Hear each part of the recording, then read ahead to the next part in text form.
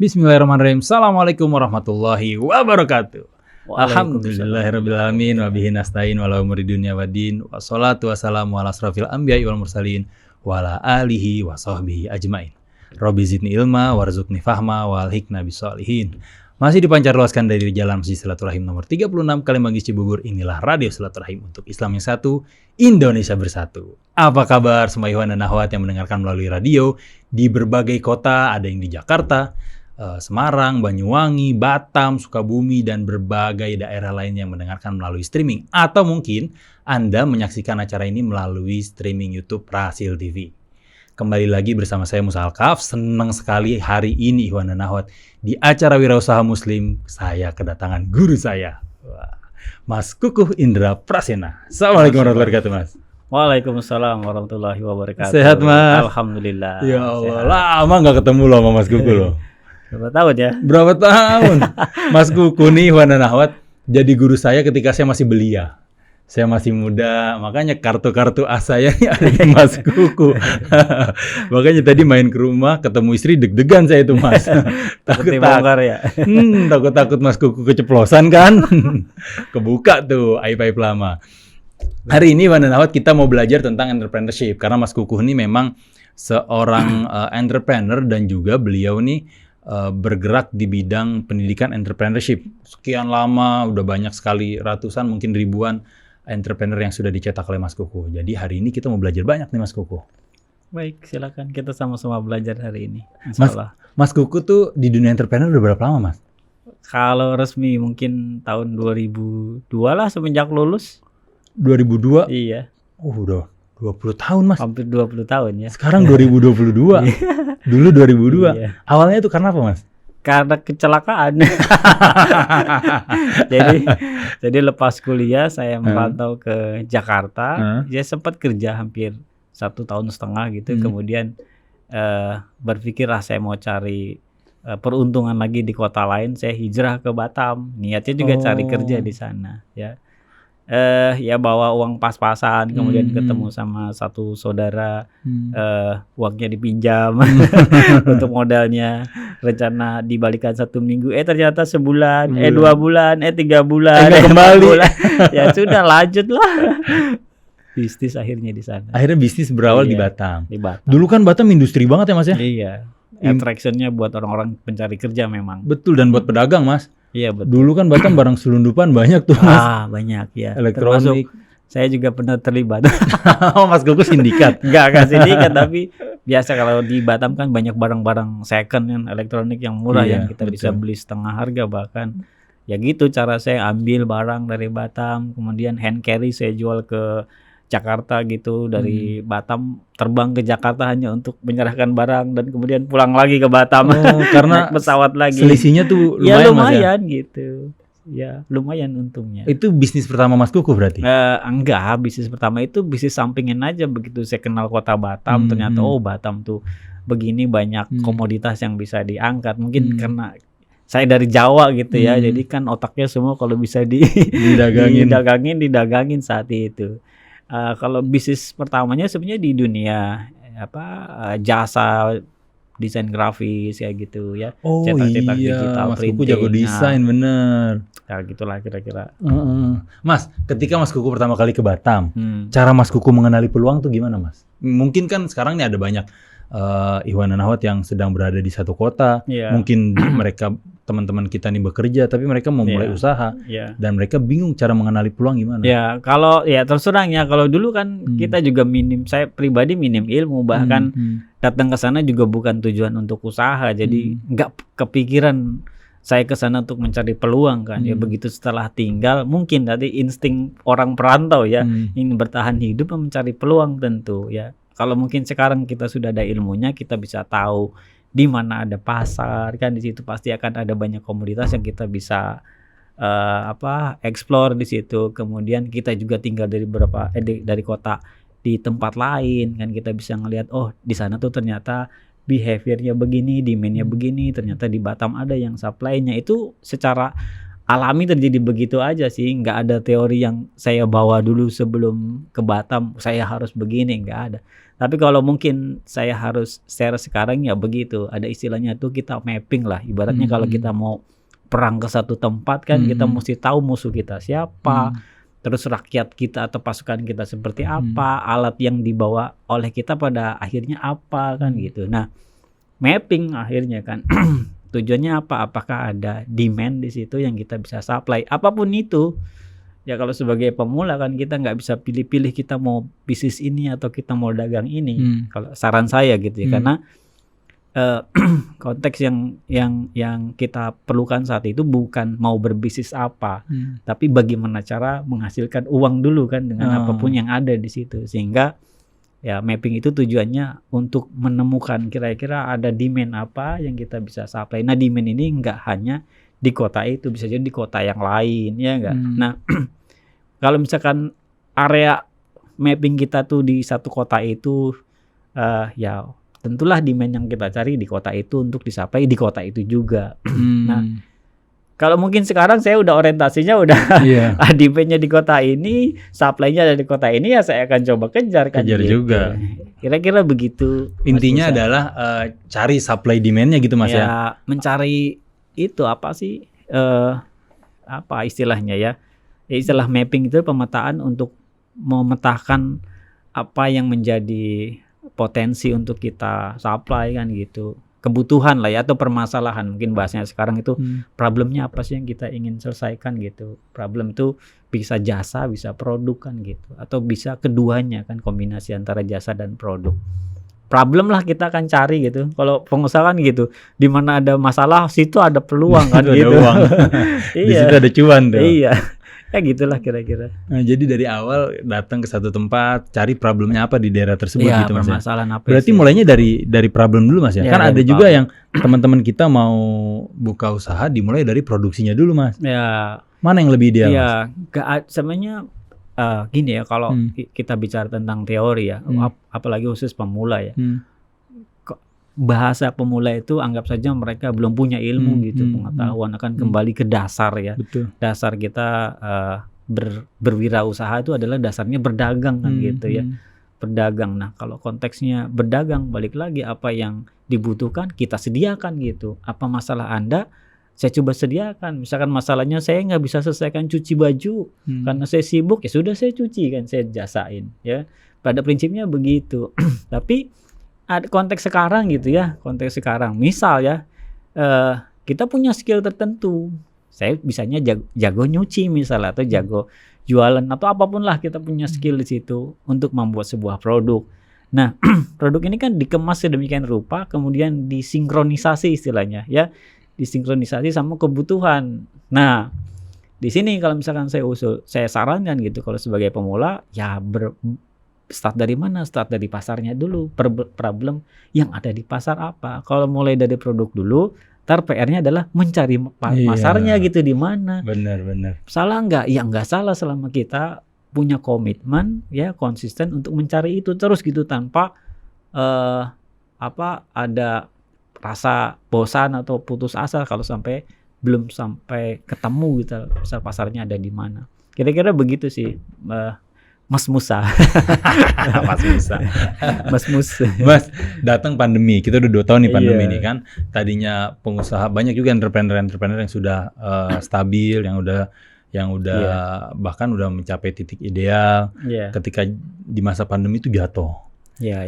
Tapi di sisi lain juga ada entrepreneur yang tadinya tengkurap, di masa pandemi justru makmur. Naik, fenomena ini Mas Kuku bagaimana melihatnya Mas? Ya, itu fenomena yang umum ya terjadi ya, bukan pandemi juga, selalu ada begitu ya.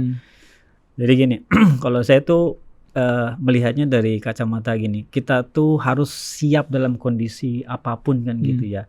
Istilahnya kita punya skenario terburuk kita gitu ya. Makanya saya suka tanya juga sama teman-teman itu kalau usaha, kalau seandainya pandemi ini berlangsung 10 tahun, apakah kamu akan diam seperti ini kan gitu. Jadi maksud Masku gimana? Ya kita mesti siapin, ada nggak ada pandemi kita mesti siapin itu.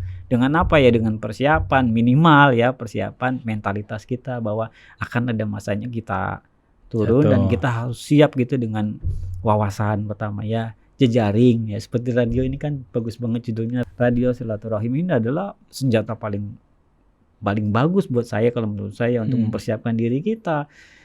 Ya, pada saat kita jatuh, katakan demikian, jatuh dan kita mesti bangkit lagi, biasanya siapa yang akan membantu kita kan gitu ya, orang-orang terdekat, orang-orang yang mengenal kita dengan reputasi yang baik tentunya ya. Nah, reputasi yang baik ini adalah bentuk persiapan menurut saya. Bentuk persiapan kita untuk menghadapi skenario terburuk kan gitu. Jadi, saya bukan tipikal kamu harus punya keahlian ini.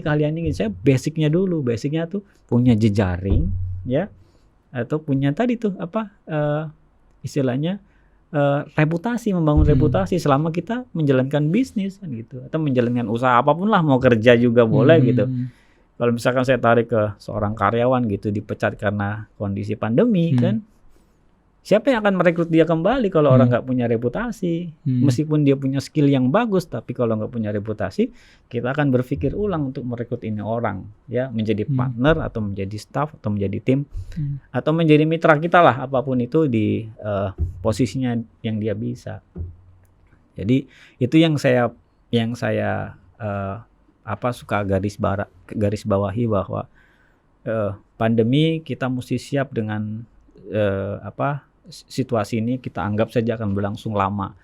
Jadi bukan berarti kita menghilangkan rasa optimisme gitu ya, tapi ini adalah kewaspadaan gitu, bagian dari ikhtiar. Salah satu kewaspadaan mendasar buat saya adalah bangun reputasinya, bangun reputasi silaturahimnya, reputasi jejaring kan gitu ya. Nah, itu basic banget. Skillnya wajib lah ya, apapun ya skill mah kita bisa pilih sih sebenarnya sesuai sama keminatan. Kita nggak bisa paksakan karena misal Mas Musa suka main tanaman, terus saya ikut bermain tanaman karena pas waktu pandemi tanaman booming. Atau saya main ikan atau saya main akuarium gitu. Nggak mesti begitu karena ntar pandemi bukan karena wabah aja, bisa aja ya. Ntar situasi misal sekarang perang misal gitu bisa jadi terjadi di Indonesia kan, kita mesti siap juga ya. Siapa yang akan menolong kita, siapa yang akan membangun kita. Intinya itu, Mas Mus. Pertanyaan selanjutnya, Mas, gimana caranya membangun jaringan tuh, Mas? Bagaimana cara membangun jaringan yang baik? Karena gini, Mas, problemnya tuh kadang teman-teman kita, mungkin juga kita, ketika mau memperluas jaringan, itu ada rasa bingung nih, gimana mulainya nih. Ketika sudah mulai ada orang yang mau kita masuk ke komunitas, sampai masuk komunitas kita bingung gimana cara membuka pembicaraan, bagaimana cara membangun reputasi. Nah itu bagaimana, Mas? Ya bagus banget pertanyaannya. Saya cerita pengalaman saya aja ya. Saya merantau di Batam. Saya paham betul bahwa itu pesannya orang tua soalnya. Kalau kamu di kota sana ya, kamu harus cepat sosialisasi begitu. Mungkin bahasa apa istilahnya hidden message-nya dari pesan itu adalah ya bangun jejaring gitu kan gitu ya. Nah, kan yang sebaik-baiknya membangun jejaring itu adalah dengan ketulusan kita tanpa harap balik kan. Kalau kita bertamu ke seseorang terus kita berharap mendapatkan sesuatu, itu bukan dilandasi oleh ketulusan tentu ya. Nah, yang saya lakukan pada saat saya di Batam sana, jadi saya keluar dari pekerjaan dan saya mau merintis usaha lagi, kemudian istri saya bilang begini, panggilnya setiap hari harus keluar kan gitu ya. Maksudnya itu keluar rumah, ya keluar rumah dan membawa satu box kartu nama. Jadi selalu bisa habiskan ini kartu nama dan berikan kepada orang yang ditemui kan gitu. Bahasanya gimana?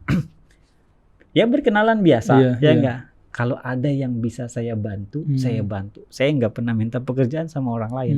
Saya cuma menawarkan bantuan. Mas Musa, kalau ada pekerjaan atau kalau ada masalah atau bantu, jangan sungkan ya hubungi saya. Saya nggak ngomongin bahwa saya punya bisnis ini.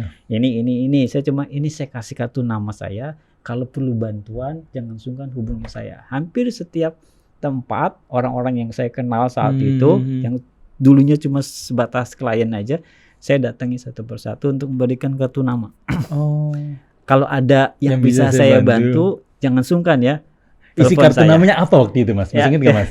Kuku Indra Prasena, terus apa namanya tuh? Apa titelnya? Apa kan ada titel, ada nomor telepon, ada alamat tuh. Graphic designer. Oh, graphic designer. Graphic designer terus dikasih alamat, nomor telepon. Ya, masih ingat namanya juga masih ada soalnya. Sign Design Indonesia. Apa Mas namanya Mas? Sign Design Indonesia. Sign Design Indonesia. Masih ada. Udah almarhum tuh. Ya, masih ada alhamdulillah. Alhamdulillah. Nah, kerjaan saya gitu, kasih kartu nama. Kalau ada yang bisa saya bantu, ya jangan sungkan. Ada yang bisa saya bantu, jangan sungkan. Saya hampir nggak pernah minta. Ada pekerjaan, minta kan, nggak pernah. Hampir nggak pernah. Jadi posisinya di atas ya, kita bukan minta tolong, justru kita menawarkan pertolongan ya Mas. Iya kan, ya apa ya, qadarullah itu nggak hitungan hari aja itu, nggak hitungan harus sampai besok gitu. Selalu ada telepon masuk. Masukku, saya dari sini dapat kartu nama dari si Asyong, namanya Asyong, teman saya itu namanya, iya Asyong. Dari ini Bang Asyong katanya masukku ini, boleh kita ketemuan? Boleh. Ketemu di hotel. Wah, hotelnya bagus sekali. Ternyata hotelnya Grand Mercury. Terus sampai singkat cerita itu saya sampai dikasih kantor di situ. Kalau mau ngantor di sini masukku katanya. Oh iya Mas? Iya. Serius? Dikasih free. Kasih free. Bahkan saya dikasih motor untuk kendaraan pulang pergi untuk ngantor di situ. Ya syaratnya berpartner aja gitu. Jadi freelance dia di situ. Freelance bukan karyawannya dia. Dulu saya nggak ngerti kalau itu mungkin kekuatan apa silaturahim, saya nggak ngerti di situ. Apa Mas yang bikin beliau pada saat itu tertarik banget sama Mas Kuku? Nah, analisa Mas Kuku nih. Mungkin ya reputasi balik lagi. Ada kartu nama terus tanya sama si Asyong, kan Asyong kenal Mas Kuku nih. Kenal saya, ya kan dia kawan orang Chinese ya. Yang kenal saya baik gitu karena bolak-balik saya kalau ngeprint sama dia gitu kan, dia tahu betul Mama Koas. Ya saya panggilnya Bang Asyong soalnya. Bang Asyong. Orang baik banget menurut saya itu orang Chinese. Padahal saya ngerasa saya nggak baik itu sama dia gitu. Kan hubungan bisnis saja biasa ya. Enggak Mas, memang orang baik tuh ngerasa dirinya nggak baik. Biasanya begitu orang baik. Justru orang yang ngerasa dirinya baik itu yang baik Mas. Nah, jadi terus saya sampai terima kasih dari siapa? Oh dari Asyong ya. Akhirnya saya ketemu sama thank you ya Bang Asyong ya. Aku udah dikenalin sama namanya Pak Tommy saat itu, juga orang Chinese juga punya percetakan besar. Dia punya kantor di situ. Nah itu pekerjaan pertama saya yang besar ya, dari hasil kayak gitu tuh. Bawa kartu nama 100 box dan itu permintaannya istri, pesannya istri itu. Keluar setiap hari, nih bawa 1 box. Bagikan dan tawarkan apa yang bisa dibantu oleh kita. Bener-bener ini ya Mas ya. Berarti ungkapan silaturahmi membuka rezeki itu bukan omong kosong ya Mas? Saya sih yakin gitu.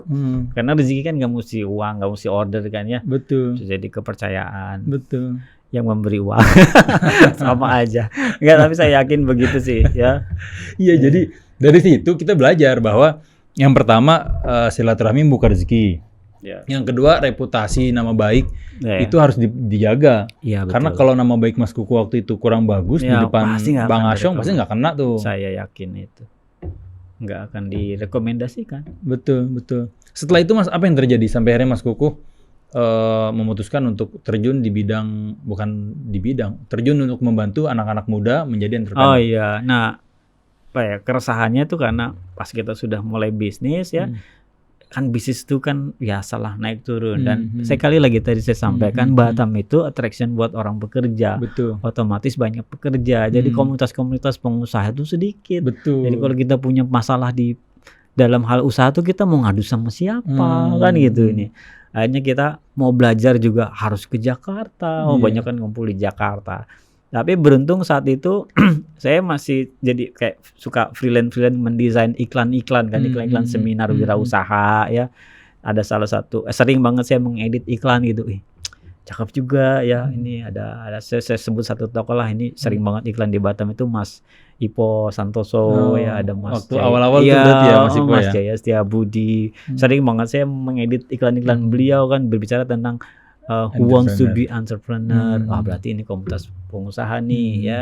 Terus muncullah namanya Pak Purdi Chandra, bikin namanya Entrepreneur University di Batam dan saya ikut sesekali dan mulai dari situ kita ngeliat ada ternyata komunitasnya. Tapi kan gitu, komunitas ini didedikasikan ya kebanyakan bukan buat anak-anak muda kan gitu ya. Untuk bapak-bapak ya. Nah, umumnya tuh gitu yang sudah kerja mau pensiunan gitu Iya, lah. iya. Nah, ya padahal kan yang saya tangkap ya dari hasil perjalanan saya itu bahwa bisnis itu nggak melulu tentang objek bisnisnya kan, tapi adalah individualnya gitu, mesti dipersiapkan, mentalitas. Yang tadi saya sampaikan, saya nggak punya skill sama sekali dalam bisnis kan gitu. Yang saya ngerti gitu adalah attitude dalam berbisnis kan, silaturahim, menjaga kredibilitas, ya mengambil resiko itu kan semuanya attitude kan. Saya nggak punya skill desain grafis, otodidak semuanya, bukan dari sekolahan desainer grafis. Wong saya jurusan fisika lulusannya, nggak punya hubungannya di situ.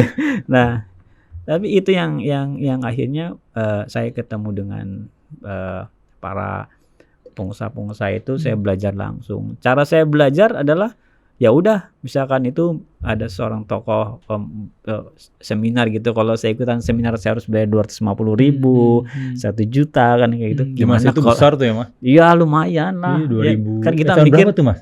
Ya 2002, 2004, 2005-an mungkin gitu, 2005-an. Kan saya kalau orang pengusaha mikirnya ya orang pedagang apalagi. Kalau bisa jadi modal aja. Belum mikir bahwa modal itu dari leher ke atas gitu loh. Belum kepikir ke sana. Kalau 1 juta di masa itu Mas. Ya. Saya ngekos masih 150.000 itu sebulan. Jadi saya pikir gimana caranya ini ilmu datang ke saya. Saya kan gitu. Akhirnya ya bikin event, seminar ya, seminar. Kan kita dapat combo, Pak. Betul. Dapat ilmunya, dapat uangnya sebagai IO di situ. Dapat relasi lagi. Dapat relasi. Jadi itu trik atau ya strategi mungkin yang saya ambil sama teman-teman ya, termasuk tadi contoh-contoh tokoh-tokoh itu. Kemudian akhirnya kita ngumpul lah, bikin namanya entrepreneur asosiasi ya, yang pertama kali di Batam. Kemudian dari situ kita melihat ada yang kurang nih, karena kita sebenarnya harus membangun kewirausahaan atau entrepreneurship itu di kelompok usia muda. Ini itu usia remaja gitu atau usia muda, karena ini kan jadi masa depan Indonesia. Saya pikir dulu mulianya begitu. Akhirnya itulah yang memutuskan saya untuk ayo sama-sama teman-teman untuk yuk kita bikin gitu. Nah, muncullah namanya satu institusi Young Entrepreneurs Academy. Nah, itu pertama di Batam, didirikan tanggal 31 Oktober 2007. Udah lama juga. Lama kan. Ya kalau pertanyaan sudah berkecimpung di dunia wirausahanya ya tadi begitu setelah lulus kuliah langsung.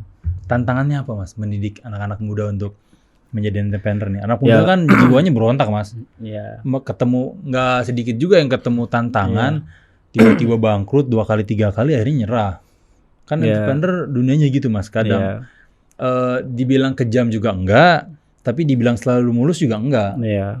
Tantangannya tuh kalau menurut saya tuh membangun fondasinya gitu kan. Kalau menurut saya ya, bisnis itu mau yang berbasis produk, tidak berbasis produk, apapun bisnisnya gitu, bisa jadi sama baiknya atau sama buruknya kalau menurut saya. Ya, yang bikin baik atau buruk adalah orang-orang di belakangnya. Ya, nah makanya kalau tantangan terbesarnya adalah menyiapkan itu set atau mindset ya, plus attitude.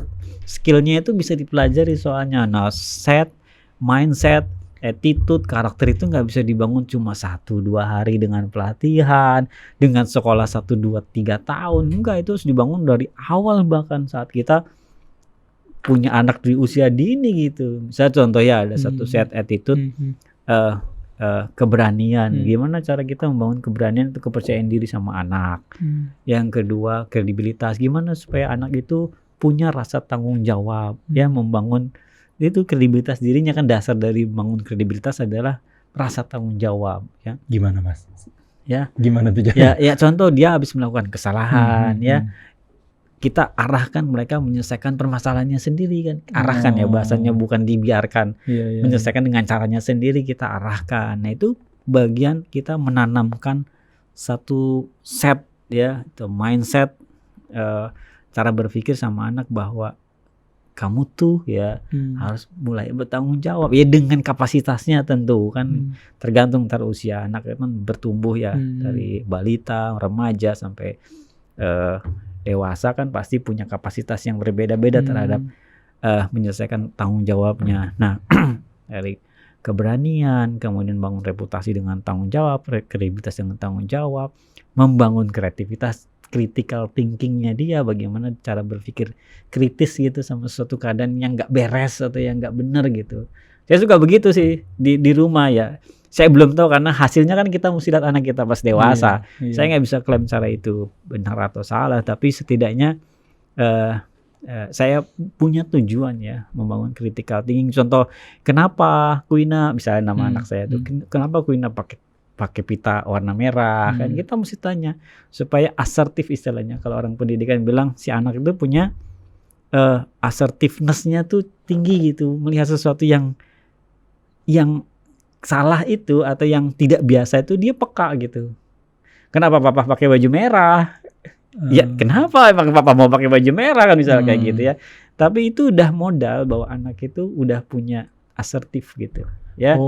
Itu dasar dari membangun seseorang supaya bisa berpikir lebih kritis atau kreatif melihat sesuatu masalah ya. Jadi jangan dipatahin ya Mas. Ketika anak nanya pertanyaan-pertanyaan unik tuh justru harus kita jawab. Iya, anak masalahnya gini, kita anak tuh kan nggak tahu benar apa salah. Tergantung installnya kita kan gitu. Jadi bahasa jangan dipatahin, iya juga jangan dipatahin, tapi sebisa mungkin diarahkan. Kalau saya pribadi saya pakai metode coaching gitu ya istilahnya, atau training untuk sesuatu yang dia belum paham. Begini cara nyapu Kuina, tapi kan kita nggak bisa bilang Kuina salah cara nyapunya kan gitu, nggak bisa begitu. Itu yang disebut dengan mematahkan kan. Ntar wah salah nih, serba salah. Ya kita liatin saja gitu. Atau kita mulai Kuina mau lebih bersih nggak lantainya kan gitu. Bahasanya kan gitu. Nah itu adalah teknik kita apa ya empower istilahnya gitu supaya dia punya upaya yang lebih besar lagi untuk melakukan satu pekerjaan lebih baik gitu. Nah itu jadi creativity sama connectivity istilahnya, membangun sosialisasi. Mas, anak saya itu sekolah supaya dia bersosialisasi. Ya bener juga sih, tapi tetangganya nggak kenal kanan kiri. Sekolahnya bagus-bagus dengan alasan kenapa anak ibu disekolahin? Ya supaya bersosialisasi. Tapi kanan kiri nggak kenal tetangga, padahal sosialisasi. Jadi nggak diaplikasikan ya di keseharian. Sosialisasi terdekat adalah ya itu tetangga gitu. Makanya saya lihat tadi di lingkungan di ini ya area radio ini kan itu dekat dengan pemukiman kan, rumah tinggal Musa juga bukan di sebuah komplek yang tertutup begitu. Ya itu kesempatan buat saya kalau anak-anak saya udah main sana, itu kenal tetangga. Itu karena sosialisasi terbaik menurut saya, bukan di sekolah. Kalau sekolah pulang sekolah udah bubar sosialisasinya. Gitu kalau menurut saya. Jadi connectivity dibangun dari mana? Dari rumah tangga, tetangga gitu. Bukan dari sekolah aja. Sekolah mah tertutup gitu. Kita lebih banyak tinggal di rumah dibanding di sekolah soalnya. Betul. Ya. Dan teman kita akan lebih banyak teman yang di sekitar rumah dibanding sekitar sekolah sebenarnya. Ya karena sekarang fenomenanya orang tua pengennya sekolah supaya keren, alasan sosialisasi lupa sama tetangganya gitu. Padahal kalau kita susah yang pertama kali nolong tetangga tetangga yang manggilin ambulan bukan teman sekolah soalnya. Iya. Bener nggak gitu? Bener. Nalarnya ya. Bener. Connectivity yang terakhir adalah konsistensi. Nah itu kan semuanya attitude. Jadi lakukan sesuatu dengan konsisten ya. Apa bahasa kitanya istiqomah gitu ya. Ya udah hasilnya entar ya. Allah yang akan kasih gitu selama kita konsisten melakukan itu ya, istiqomah melakukan hal itu, saya percaya entar proses entar hasilnya akan ya ngikutin lah ya sesuai sama ikhtiar yang kita kerjain. Bisa jadi nggak sesuai sama ekspektasi, tapi disitulah perannya orang tua tuh ya untuk bijak saat anak tidak mendapatkan hasil apa yang kita mesti sampaikan. Kenapa kita jadi bicara parenting ini? Enggak bener Mas. Bener karena nih berkaitan. Jadi kan orang-orang selama ini mikirnya kalau mau jadi pengusaha ilmu teknis yang dibahas Mas. Ternyata kan penuturan Mas Kuku tadi membuka mata kita juga tuh Mas. Bahwa memang basicnya nih dari kecil harus dipupuk 4 tadi itu. tempat tadi itu dipupuk, kedepannya usaha apapun kan tinggal masukin ke knowledge-nya aja. Iya. Itu tadi yang mesti digarisbawahi ya, saya tadi membuka dengan kalimat bisnis menjadi buruk dan bisnis menjadi bagus itu bukan karena bisnisnya atau objek yang dibisniskan, tapi memang orang-orang di belakangnya gitu loh. Orang-orang di belakangnya. Saya melihat kok ada teman saya yang pengusaha cuma bikin tusuk gigi, ya. Kayaknya nggak keren, lu usaha lu apa? Jualan tusuk gigi kayaknya nggak keren gitu. Tapi dia bisa ekspor sampai ke Jepang, sampai ke negara-negara luar. Ada lagi yang bisa sapu lidi nggak keren gitu. Kelihatannya buat anak muda sekarang nggak keren. Ada lagi yang cuma bisnis keripik pisang, ya. Tapi kenapa pengusaha ini berhasil, pengusaha itu nggak berhasil? Apa karena ilmu membuat keripiknya dia nggak tahu? Sama-sama tahu. Apakah kemasannya yang satu jelek, yang satu bagus, sama-sama bagus gitu. Pas kita ngelihat di belakangnya, pertama ngelihat orangnya dulu, siapa leadernya, oke, pantas, ya. Terus tambah lagi timnya di belakangnya, oke, pantas, ya gitu. Ngelihat lagi, oke, pantas. Jadi kebanyakan adalah tadi variabelnya ada di manusia yang menjalankan itu gitu. Jadi man behind the gun-nya Mas ya. Jadi iya benar. Jadi bukan apa perlu senjata yang kita pakai sebenarnya. Bagaimana cara kita menggunakan senjata itu. Nah, saya sih prinsipnya itu gitu. Jadi saya bukan tipikal yang ngajarin bisnis yang teknis harus begini. Saya pikir teknis itu kita bisa pelajari dimanapun ya. Ada sumber ya, ada YouTube, ada podcast, ada apapun itulah yang kita bisa pelajari teknis ya. Tapi yang tadi itu karakter, mindset, attitude itu nggak bisa kita pelajari dari YouTube. Iya, betul. Anak-anak kita disodorin tentang belajar adab gitu dari YouTube itu nggak masuk Pak, Bu. Nggak masuk. Bener. Ya memang harus dengan apa? Lead by example kan. Kita mesti kasih contoh kan. Orang tuanya mesti jadi teladan kan gitu. Ngomongnya sih gampang ini tuh ya, tapi agak susah. Bener. Itu Mas Yese baru kepikiran tuh, bener juga ya. Makanya sekarang ini banyak orang yang ketika jatuh usahanya banyak yang akhirnya bunuh diri. Ketika menemukan masalah akhirnya mengakhiri hidupnya sebagai jalan pintas. Mungkin salah satu cara kita tindakan preventif yang bisa kita lakukan adalah memupuk mental anak kita sedini mungkin Mas ya. Iya, itu salah satunya. Juga kita mesti tahu kalau apa yang kita kerjakan itu bukan kuasa kita menentukan hasilnya kan gitu. Iya. Ya jadi kalau ya menurut saya kalau orang sampai desperate atau sampai ya paling parah sampai bunuh diri ya karena mereka menggantungkan hasil itu sama upayanya dia kan gitu. Sama upayanya individunya, bukan ada yang lebih berkuasa yang menentukan, yang maha tahu hasil terbaik buat kita. Bisa jadi bangkrut adalah hasil terbaik takdir terbaik. Iya, takdir terbaik buat kita untuk kita ngambil hikmah kan gitu. Nah, mengambil hikmah itu ilmu tersendiri kan gitu. Ya kan? Ya, kemampuan mengambil hikmah itu adalah satu set skill, soft skill kan gitu yang harus dimiliki oleh kita seorang pengusaha. Kalau bahasa pengusaha perusahaan multinasional bilangnya continuous improvement. Ya, hidden message ya, atau di balik istilah continuous improvement adalah kita selalu mengambil hikmah setiap kejadian sehingga menjadi lebih baik gitu ya. Benar nggak sih? Iya, betul. Ya nggak. Katanya practice make perfect. Salah menurut saya. Yang bener practice make improvement. Karena nggak ada yang perfect. Iya. Benar. Practice make improve. Iya. Nggak ada yang perfect soalnya. Nah, pada saat kita berharap sesuatu yang perfect, itulah biasa kita terjebak dengan rasa putus asa. Padahal hikmah yang paling penting yang kita dapat, feedback bahasa. Kalau orang NLP bilang adanya feedback ya. Nggak ada yang namanya kesalahan, yang ada hanya feedback. Bahasa kita mah hikmah gitu loh. Iya. Betul tidak? Hikmahnya jadi hikmahnya apa gitu ya. Iya. Mas, pertanyaan lanjutannya nih Mas. Ya. Mumpung tadi ngebahas tentang anak. Ya. Kan kami nih Mas sebagai orang tua muda ya. Ya. Kalau saya masih muda juga. Nggak usah pakai bahasa kami. Kita ya oke kita Mas. Mas sebagai orang tua muda. Kadang mau mendidik anak menjadi entrepreneur tuh selain tadi 4 pondasi yang kita terapkan, kadang-kadang kita ngasih kesempatan anak untuk mencoba langsung berjualan. Kita mungkin anak bikin kerajinan tangan, bikin gelang, terus kemudian langsung berjualan ke teman-temannya. Nah, sampai sejauh mana kita bisa memberikan kebebasan kepada anak itu, Mas? Karena kan gini, Mas, satu sisi kita pengen anak mandiri, di sisi lain ketika anak nanti sudah dapat uang, kan ada 2 sisi nih ketika mendapat uang.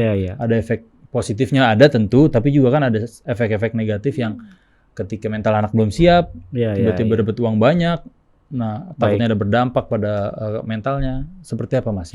Bagus.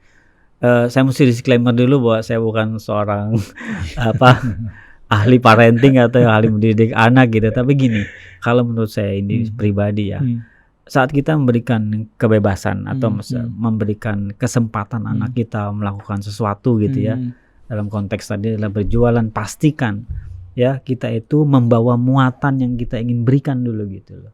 Nah, muatan ini bisa jadi nggak semuanya kita tangkap dalam satu aktivitas. Contoh misalkan aktivitas berjualan, ya kita mau batasi nih muatan yang kita ingin sampaikan ke anak kita adalah muatan apa? Membangun keberanian pertama, membangun kepercayaan diri. Sudah sampai di situ dulu. Ya, kita tes, kita ukur gitu loh, karena supaya lebih mudah kita melihat progresnya. Jadi kalau kita nanti banyak muatan yang kita nilai agak repot menurut saya untuk mengarahkannya. Ya goalsnya tuh kayak dibikin bertahap gitu loh. Oke, yang penting anak punya kepercayaan diri dulu. Jualannya mau kita sodorin barangnya, mau kita beliin barangnya, pokoknya terserah lah ya. Apapun itu sumber barangnya atau mau cara jualannya di mana. Intinya kita ingin menyampaikan muatan. Oke, kamu ya dalam hati kita mungkin atau kita set gitu ya bahwa muatan yang saya ingin berikan sama anak adalah muatan ini nih. Dia punya keberanian atau dia punya kepercayaan diri. Oke, sampai situ diukur ya. Apa nih ukurannya yang mengatakan bahwa anak kita sudah cukup berani sesuai kapasitasnya. Iya kan? Kapasitasnya gini. Ada emang anak saya tuh tipikal pemalu ya, nggak mau tampil di depan orang. Harus saya sodor-sodorin. Ada anak saya yang satu lagi yang banci tampil istilahnya gitu ya, kayaknya nggak malu-malu lagi kalau ada orang. Kita nggak bisa samaratakan. Tapi intinya jadi muatannya kalau misalnya sama satu anak yang sudah kepercayaan dirinya sudah muncul, akan saya ganti muatan yang kedua, misal kejujuran, tanggung jawab, responsible tadi ya. Atau oke, ya cukup berani, kita nggak mesti ukur keberaniannya. Muatan yang kedua kita mau susupkan, yang mau kita sisipkan adalah ke tanggung jawab ya. Nah, misal ya kita akan set gitu, kita desain sedemikian rupa. Misalkan tadi konteksnya berjualan, misal contoh ya, kita kasih uang lebih ya, nggak dikembalin apa enggak kan gitu ya. Ya kan, misalkan udah jangan diambil, kembalinya buat adik aja misalnya gitu. Nah, kita mesti ajarin bahwa jangan terima, misalnya kayak gitulah ya. Karena itu merusak reputasimu kalau kamu terima. Ntar yang kedua, yang ketiga, yang keempat begitu. Ntar dia terbiasa, si ibu itu mah pasti ngasih lebih. Kan repot kalau kayak gitu. Ntar expect dia, pas ada orang yang gak ngasih uang lebih gitu, uangnya pas gitu, si ibu itu mah pelit, misalnya kayak gitu. Nah, itu kan membangun. Iya enggak? Nah, ya kita mesti tahu lah ya, mendidik jadi nggak mesti liar gitu menurut saya. Udah ada kali kita mau ngetes mentalitas dia, menurut saya nggak gitu. Menurut saya ya, karena sesuai kapasitasnya dulu. Anak kita usia berapa, umur psikologinya tuh seperti apa kan gitu. Kita mesti sesuaikan. Jadi gak bisa dipukul rata. Yang penting kalau menurut tadi tuh muatan yang kita mau sampaikan itu sudah kita desain sedemikian rupa sehingga ntar endingnya adalah apa? Ketahanan, durabilitas gitu ya. Bagaimana rasanya menghadapi rasa bosan. Itu kan makanan sehari-hari soalnya. Bosan itu. Bosan nggak ada untung, bosan. Untung terus juga bosan bisa jadi. Karena nggak ada tantangan ya. Iya, nggak ada tantangan. Atau bisnisnya gitu-gitu aja, aktivitasnya rutin bosan. Nah, kita mungkin itu muatan terakhir adalah membangun istiqomah, gimana cara istiqomah sama satu pekerjaan kan gitu ya, fokuslah bahasa kerennya. Jadi kira-kira begitu Mas. Gitu Mas ya. Jadi berpatokan pada muatan itu ya, atau target-targetnya apa? Ya konteks kita mendidik anak ya. Kalau targetnya udah tercapai, ganti target selanjutnya gitu Mas ya. Jadi tracknya tuh jelas ya Mas, iya. jangan sampai kebablasan juga. Ya kebanyakan orang, ya menurut saya gitu, orang tua udah biarin dia suruh belajar wirausaha, itu disuruh dagang, ya kita nggak tahu cara jualan dia benar apa salah. Maksudnya ntar yang mengkoreksi siapa? Kalau yang mengkoreksi orang lain, ya gitu ya. Iya. Kita nggak terima. Atau cara mengkoreksi orang lainnya itu salah. Iya. Membangun nilai baru di pikiran anak kita bisa bahaya. Ngeberesinnya susah. Betul. Misal, Musa jangan begitu jualan tuh begini nih, datangin ke ibu sana itu tuh yang lagi sana. Ya dia mengabaikan adab gitu ya, kesopanan gitu. Nggak bisa kamu jualan diam-diam kayak gini. Sana tuh datengin semua. Orang pengajian lagi ngaji didatengin gitu kan. Itu kan nilai-nilai balik lah. Iya. Tapi kalau misalnya yang bicaranya ada punya otoritas lebih tinggi sehingga masuk ke pikirannya itu anak, kan bahaya. Bisa buat percaya, kita. betul. Masih untung kalau yang ngoreksi orang lain. Kalau yang ngoreksi polisi Mas, ditangkap penjara. Berarti udah terlalu jauh tuh melencengnya. Ya intinya kalau konteksnya mendidik begitulah, sesuai muatan. Setelah ini Iwan dan Ahwat, kita akan kembali untuk segmen terakhir. Sayang banget ini taping, jadi nggak bisa bertanya nih. Biasanya nih Mas Kuku kita membuka line pertanyaan, line telepon, sehingga ada dialog interaktif. Tapi jangan kemana-mana Iwan dan Ahwat. Setelah ini kita akan ada satu sesi lagi bersama Mas Kuku, masih membahas tentang entrepreneurship di keluarga dan juga di kehidupan. Tetap bersama kami. Setelah nasyid yang satu ini kami akan kembali.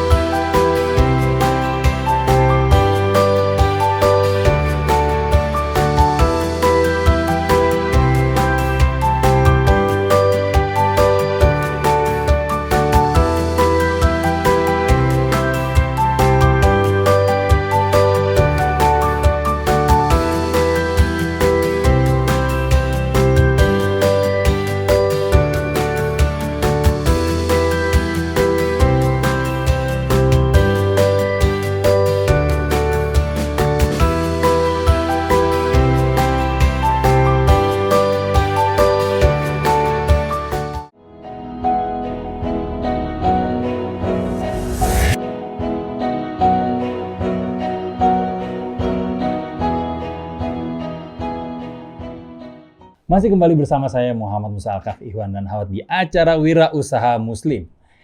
Mau masuk ke segmen kedua Iwan dan Ahwat, tapi sebelumnya saya mau memberikan informasi bahwa Mas Kuku ini mencetak entrepreneur sekarang sudah dalam lembaga resmi namanya Young Entrepreneur Academy.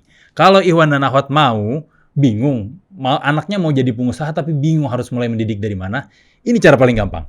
Daftarin anaknya ke Young Entrepreneur Academy, bisa langsung menghubungi di 0851 00 31 3999. Sekali lagi, ambil dulu pulpennya. Sudah? 0851 00 31 399. Young Entrepreneur Academy, sebuah akademi pencetak pengusaha. Bukan cuma teori, tapi juga ilmu-ilmu praktek dan juga mental. Yang 4 hal tadi diceritain Mas Kuku, insya Allah dimasukkan nilai-nilainya pada pelatihan Young Entrepreneur Academy. Jadi, daftar anak-anak Anda, Ikhwan dan Ahwat, sekarang juga. Masuk ke segmen terakhir. Mas harus sering datang ke sini, Mas. Jadi nggak cuma sekali kita, kalau bisa live, Mas. Jadi bisa telepon-telepon interaktif, bisa WhatsApp, bisa baca SMS. Mas, ada pertanyaan titipan. Ada pertanyaan titipan. Suami istri, dua-duanya entrepreneur. Suaminya entrepreneur, istrinya entrepreneur. Membangun usaha bersama. Kadang ada masalah. Sehingga berdampak bukan cuma kepada usahanya, tapi juga ke rumah tangganya. Atau kadang usahanya lagi bagus, rumah tangganya ada konflik, sehingga berdampak ke usahanya. Gimana sebenarnya Mas, ketika kita suami istri dan sama-sama entrepreneur tuh apa yang harus kita lakukan, Mas? Gini, begitu mendengar satu kata saja, entrepreneur itu seharusnya kita sadar betul apa resiko yang kita hadapi gitu ya. Jadi mungkin saya anggap saja yang dimaksudnya Mas Musa itu adalah satunya pengusaha lagi, kan gitu ya. Betul. Karena kalau udah kita menyanjung gitu ya, atau membawa kata itu, buat saya itu seharusnya kita sudah paham bahwa itu hal yang biasa terjadi dan risiko itu harus kita hadapi gitu. sebelum saya jawab itu, saya mau ngasih beberapa contoh.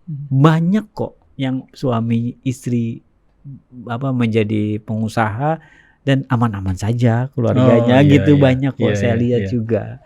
Cuma ada saya punya prinsip begini ya.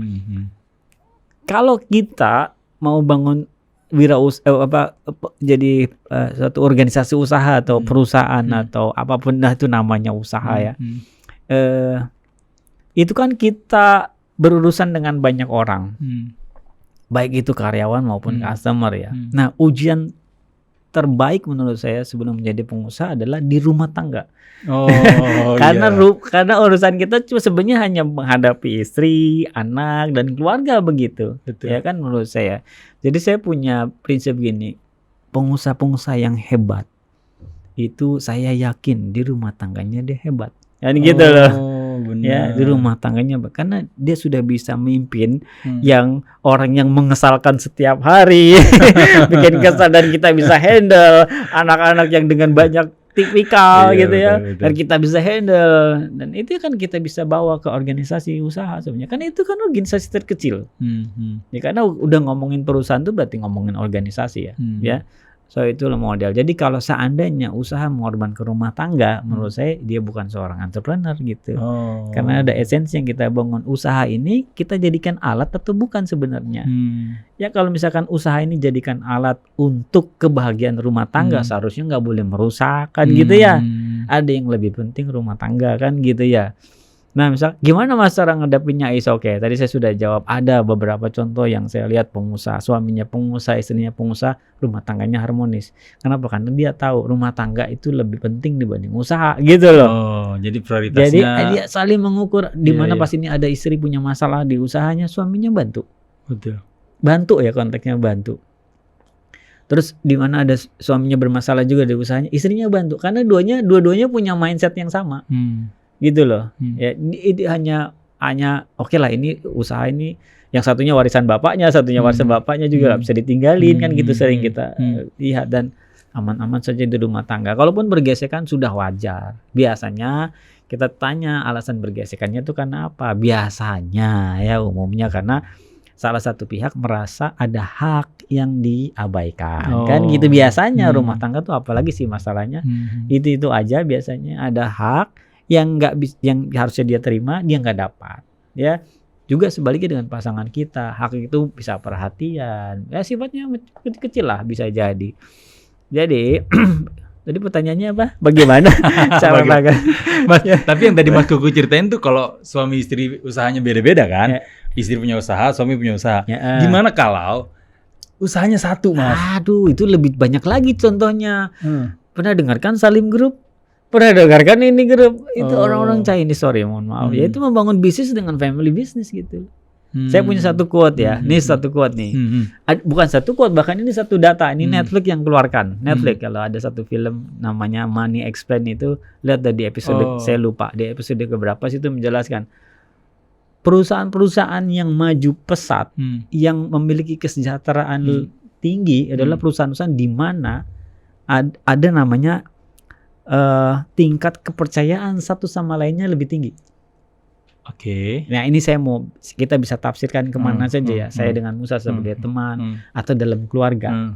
Kalau misalnya kita ngambil lingkup yang lebih kecil dalam keluarga, saya akan kasih pernyataan begini. Rumah tangga yang bahagia, yang sejahtera, itulah di mana rumah tangga yang dibangun atas dasar kepercayaan satu sama lain. Karena kalau di perusahaan gitu, perusahaan-perusahaan yang bahagia memiliki kesejahteraan lebih dari perusahaan yang lain itu, mereka adalah perusahaan-perusahaan yang menaruh kepercayaan satu sama lainnya lebih tinggi. Nah ini riset bukan opini saya, bukan tonton saja videonya. Dari situ saya mikir juga mungkin karena ini gue gontok-gontokan jadi gue nggak maju-maju bisa gitu loh. Karena nggak ada saling percaya. Karena nggak ada saling percaya. Nah gitu loh. Argumennya berarti gini Mas ya. Ketika rumah tangga suami istri kan tuh udah saling percaya. Iya. Dan itu ketika dibawa ke bisnis harusnya lebih bagus untuk bisnis itu. Itu kan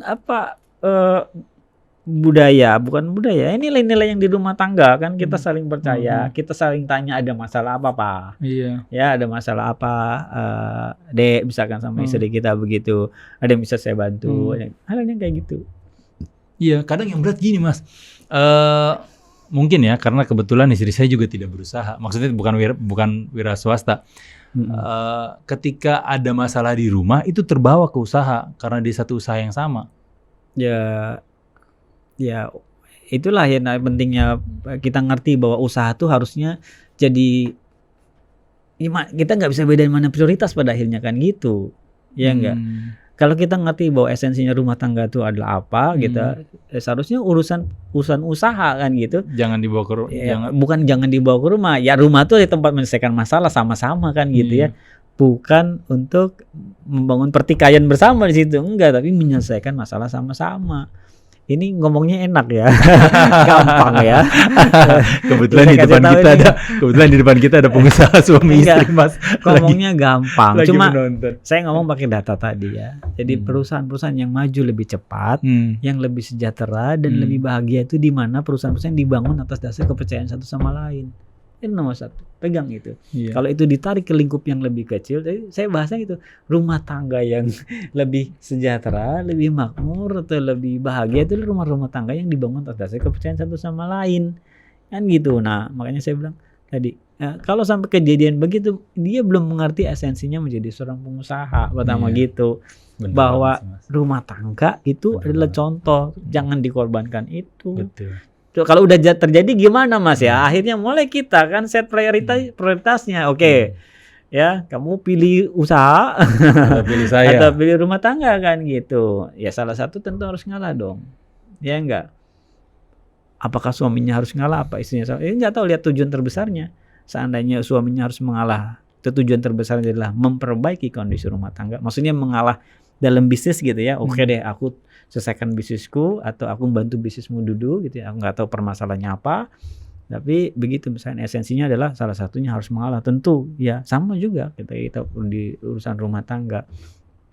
Demikian begitu. Jadi ya balik lagi saya bilang ini teorinya tuh enak gitu ngomongnya, emang nggak mudah karena ada hal-hal yang kita memang ya kasusnya akan banyak ya. Kasusnya akan banyak ya. Betul. Kita nggak tahu dan betul. Tapi saya cuma garis bawah itu. Ya kebetulan ya istri saya juga tidak melakukan usaha, tapi dia punya kesibukan menghasilkan, katakanlah menghasilkan uang buat dirinya sendiri dan saya nggak ganggu itu dan saya suka support gitu. Ada masalah apa? Istri saya juga suka ngadu, Pak gini apa yang bisa aku bantu kan gitu selesai. Pokoknya gini, lu jangan merecoki kan di bahasanya gitu. Kamu jangan ngerecoki yang menjadi tanggung jawab saya. Ya, misalkan ini bypass ke karyawan saya, nggak bisa karena hierarki organisasinya kamu nggak bisa begitu, kan gitu ya. Nah itu kan kesepakatan di awal kita bicara. Ya, betul. Ais nggak mudah lah ya, tapi ya itu gambaran mungkin ya mudah-mudahan bisa diterima ya begitu. Betul. Makanya istri-istri jangan ngecek HP suami, percaya aja. Enggak juga. supaya lebih percaya. Kalau lebih percaya, rumah tangganya lebih harmonis dan lebih akur ya Mas. Dalam konteks kita saling percaya itu ya begitu, bukan berarti kita melarang jangan cek handphone saya, bukan itu berarti kita nggak percaya sama istri kita. Jadi suami-suami yang dengerin langsung gedein volume radionya nih Mas. Tuh mah dengerin. Enggak, bukan konteks itu. Jadi karena kan ini masuk udah bilang kita harus saling percaya, kamu nggak boleh cek handphone saya, berarti kita nggak percaya sama istri kita kan gitu. Iya, berarti kita ketakutan tuh. Ya, ada yang kita tutupin. Ada yang ditutupin. Ya ada. Oh gitu. Wah, makasih Mas, sudah hampir 1 jam kita bersama Mas. Terakhir, kesimpulannya Mas. Kesimpulannya, tolong pesan-pesannya untuk para Iwan dan Ahwat yang mendengarkan melalui radio, yang menonton melalui YouTube atau yang streaming melalui website. Ya. Saya pikir ya usaha itu dimulai dari dia butuh satu namanya attitude, saya bilang ya attitude, karena skill-skill itu kita bisa pelajari dan jauh lebih baik kalau kita menyukai apa yang kita kerjakan kan gitu ya. Jadi saya yakin kita tuh sadar, tahu betul sebenarnya apa yang kita sukai. Jadi itu keuntungan buat kita kalau kita mengetahui apa yang kita suka ya. Tapi di balik apa yang kita suka itu kita mesti persiapkan. Ya tadi persiapan tadi buat saya itu mindset atau attitude tadi, yang attitude yang mengarah mendukung ya, supaya kita bisa menjadi apapun itu sih profesinya, entah itu seorang entrepreneur yang tangguh, yang siap menghadapi setiap perubahan dan dalam kondisi seperti ini bisa pandemi. Nah, itu akan jadi modal yang akan kita bawa selamanya gitu ya. Dalam kehidupan berbisnis, kehidupan di rumah tangga, kehidupan sosial gitu, dan itu jadi penting ya. Ya sukailah apa yang kita kerjain selama itu tidak melanggar norma agama, bangsa atau negara atau masyarakat di situ, dan memberikan satu perubahan yang positif buat kita semua. Jadi perbaikilah ya dari sekarang, nggak ada waktu terlambat sih insya Allah. Cuma kalau udah ngomongin mindset itu memang nggak bisa sebentar ya. Butuh lingkungan yang terus menerus gitu. Kira-kira begitu. Mudah-mudahan Mas Kuku sehat terus. Amin. Teman-teman di EA semoga semuanya sehat terus. Amin ya Allah. Dan apapun yang Mas Kuku kerjakan ke depannya, semoga Allah lindungi, berkahi dan juga limpahi. Sama-sama. Penuh dengan kebaikan. Terima kasih banyak Mas Kuku. Sama-sama. Terima kasih banyak Mas Niza di meja operator, ada juga teman-teman editor, dan terima kasih untuk teman-teman yang sudah hadir di studio, ada Mbak Neno, Mas Rahmat, Mbak Via, Mbak Suci. Terima kasih semuanya. Saya Muhammad Musa Alkaf undur diri. Subhanakallahumma wa bihamdika asyhadu an la ilaha illa anta astaghfiruka wa atubu ilaik. Wabillahi taufiq wal hidayah. Assalamualaikum warahmatullahi wabarakatuh. Waalaikumsalam warahmatullahi wabarakatuh.